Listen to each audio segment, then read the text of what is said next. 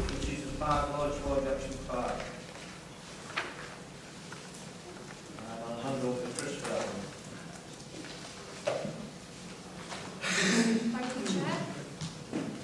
Thank you, Chair. If we refer members to page 6 of the PowerPoint presentation, that shows the location of the Park Lodge. It is located within Lord Jackson Park. It is a conservation area. It's located in the southeast corner of the park, and it is situated inside one or two main entrances into the park. The lodge is a Grade 2 listed building, and it was built as Parkkeepers Lodge in 1883, and the park itself is Grade 2 listed on the English Heritage Register of Historic Parks and Gardens due to its special historic interest. The proposal is to change the use of the dwelling to residential use, and it does include alterations to form 2 access points from Elwick Road and the provision of boundary fencing. And if you refer to page 7 of the PowerPoint, you can see the extent of the fencing which is proposed inside the park area to the north of the plan, and then onto Elwick Road, the 2 blue lines which are showing that actually face onto Elwick Road, they are the proposed in and out access points. The application has been publicised by Labour Letters, site notice and press notice, and we've received in excess of 400 letters of objection on this application. The concerns include unsuitable for conversion, the building was gifted to the people of the town, highway safety issues, and that is detrimental to the character of the park area. These are pre-received in your committee reports, and we've also obviously put the objections in members' rooms. Jim's going to hand out some information which the objector is going to speak about in a minute, but if you wouldn't mind taking the time to have a look at these. In terms of consultation replies, we've had no objection to the application, but the Civic Society has objected to the actual sale of the property. It should be noted that the sale of the property is not something which we can determine at the planning committee. We are literally only looking at the change of use and the external alterations to the fencing and the provision of access onto our road. You should note that we have referred in paragraph 2.13 to emerging local plan policies. These now need to be omitted from the application, so if members can note that, given the council's decision that happened last week. With regard to the proposed change of use of the building to a dwelling house, including the boundary fencing to define the dwelling frontage and accesses, given the history of the building, which was previously as a residential property, albeit for Parkkeeper, we believe that the change of use of the property is an acceptable use, a residential use for a previously residential building. The boundary fencing that is proposed, we can control by condition to ensure that it reflects the boundaries around the park. That's something that we have proposed as officers. We don't believe that the boundary fencing nor the change of use would have an adverse impact on the conservation area or the historic park. And we believe that the proposal is acceptable. In terms of the highways, we have had a number of concerns received relating to the proposed access arrangements, which is obviously 2 accesses as shown on page 7 of the PowerPoint. However, we have discussed this with our traffic and transportation colleagues, who have confirmed that they've got no objections to the access arrangements. Again, we've had several concerns in relation to the restrictive covenant on the property regarding the sale of the property. However, again, it is prudent to state in the context of this application, any issues related to the restrictive covenant are out of the remit of the planning authority, and the merits of the application don't include that. So the application is recommended for approval, subject to the conditions highlighted in the report. Thank you, Chair. Yeah. Any questions for the officer, please? Councillor Martin. Thank you, Chair. Can you just confirm, where is the actual boundary of the site? Certainly, Councillor. If you refer to page 6, which is shown on the PowerPoint presentation, the red edge actually shows the extent of the boundary which would be cover the change of use to residential. Thank you, Chair. Any further questions? Has everybody seen the photographs that have been passed on to Councillor Jeff Lilly? Just for clarity, the proposed vehicle access, is that the same access? Sorry. The proposed vehicle access, is that the same access where there's been a set of double gates there since that new fence was put in? Mike? Chair, thanks, Chair. The drawing that was up prior to that one, we put that one back up with the blue on it. The two access points are shown on the left of that drawing there. And that's, we're quite happy that that location complies with our local guidance. Vehicles are able to enter and leave in a forward gear. And we, on that basis, feel that we can't sustain any arguments with regard to the proposed entrance. I appreciate that. However, I recall very clearly that there was at least one set of gates within that fence for vehicle access in the past. And I'm asking, is that entrance the same entrance as where those gates were?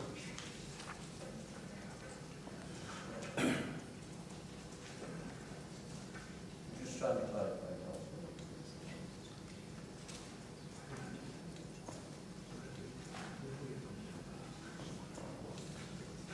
I believe if you look at the plan, it does look like there's a drop curb area which is just to the east of the site, the blue lines, and I'm not sure whether that may have been the gates were that you're talking about, Councillor, but I couldn't 100% confirm that, I'm afraid. Yeah, are there any further questions, please? No? Right. We have the applicant, new applicant to speak, or representative. We do have an objector who wishes to speak. Fran Johnson. Fran, you have 4 minutes in which to put forward your objections to this application. Thank you, Chair. I'd like to highlight that I'm speaking today as a representative of over 400 objections to the planning application, which was instigated by the Council to enable them to dispose the lodge by way of offering it for sale. And whilst I accept what's being said, when I allude to that within the objections, it is relevant to the two areas that we're objecting to. It was instigated by the Council to enable them to dispose of the lodge by way of offering it for sale as a private dwelling. As it has now been confirmed that this is not possible due to restrictions on both the parkland and the property itself, there are two main objections to this application. The first relates to highway safety and the proposed access which would provide both inward and outward access from the property onto Holwick Road, a main artery into the town.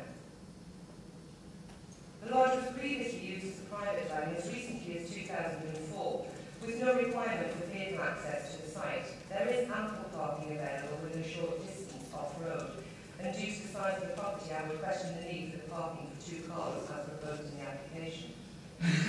It has already been acknowledged by the Council that this particular stretch of road poses a variety of hazards, and only recently they have installed a flashing speed sign to the west of the proposed access point to warn of the dangers of this section of the road. Sightlines will be partially obscured to the west due to the slight rise in the road, and to the east there is a busy junction where traffic already struggles to safely make a right-hand turn into Holwick Road. Cars travelling east and west will have little notice of any vehicles exiting the property. This, of course, carries its danger of collision, but will also make emerging from Park Avenue more hazardous. I believe that no traffic survey has been carried out, and that the road is congested with traffic, especially at peak times. And school children use this pavement route up to 4 times a day to travel between the local colleges and schools. I actually have some photographs which I've handed out that we actually took over a short survey we conducted over less than 30-minute period during these times. They show the dangers already present, and we feel that to add a further point of entry or exit would only exacerbate the safety issues further. The second objection relates to the inclusion in this application of part of the land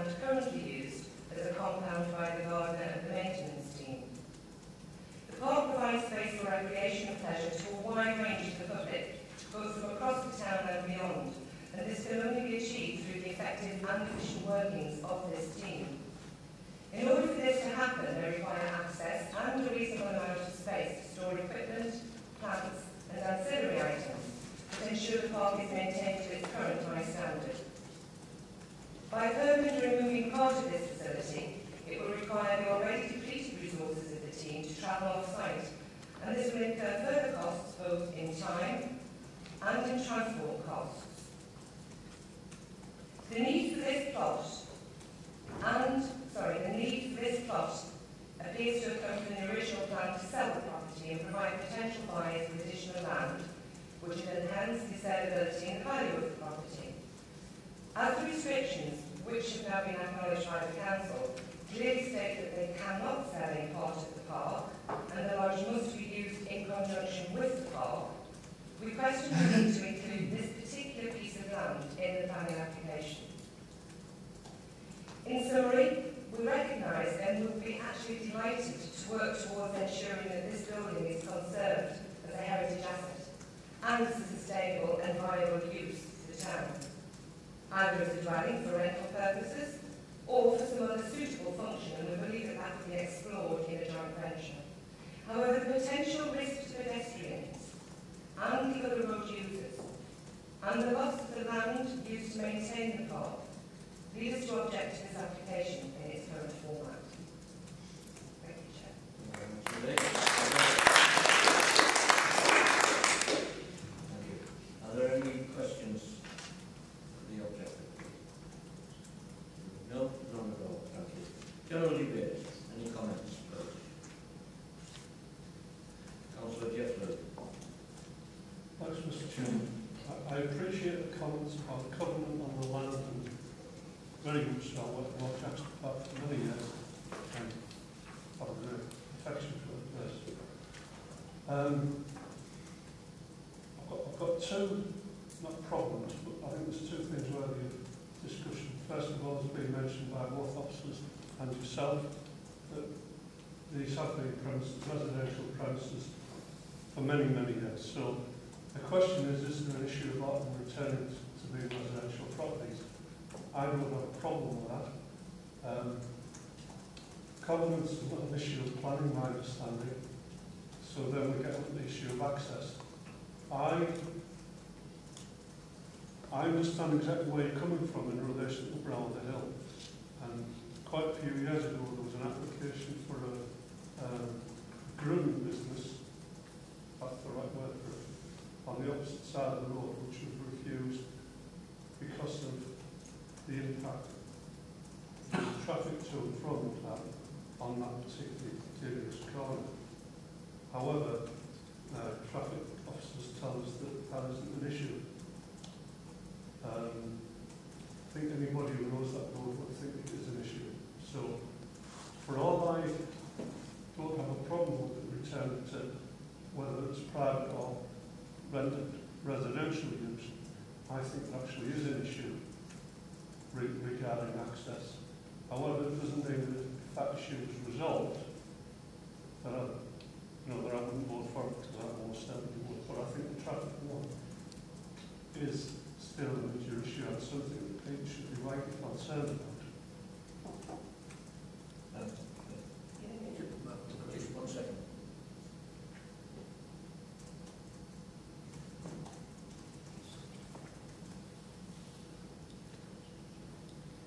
Sorry, Councillor Marlowe. Thank you, Chair. I do take on board what's being said, and I mean I would comment that the actual entrance and exit to the park itself, that entrance is far more dangerous than the one that's proposed, because that's actually on a junction itself. But I do take on board what's being said. I am aware of the speed restriction signs because I was involved in the bid put in. As the ward council for this area, I do know that the road gets busy, and possibly what would be a prudent nature is maybe for us, I would suggest even deferring it while we actually look at an alternative access point, or better still, some kind of traffic calm for that road, some physical type of traffic calm. Because the flashing 30 mile an hour sign, to be perfectly honest, once that starts flashing, it's too late. So I would propose that we actually defer it.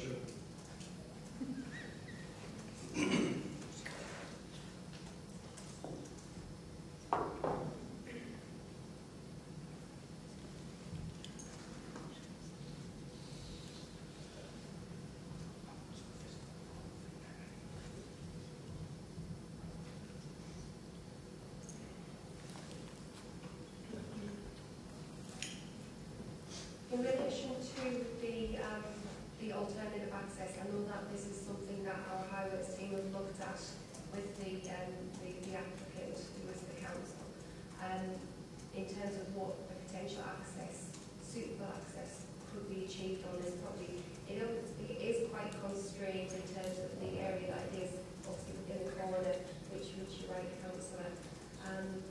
There is an option that rather than have the two accesses that in and out on Elwood Road, they could go through the actual park gate, which is an existing access, which actually serves the property at this moment in time, and obviously placing the park in the car park. Members could so wish, if they wanted to condition that there is no additional access to this property, that would be an option if they were extremely concerned about traffic implications.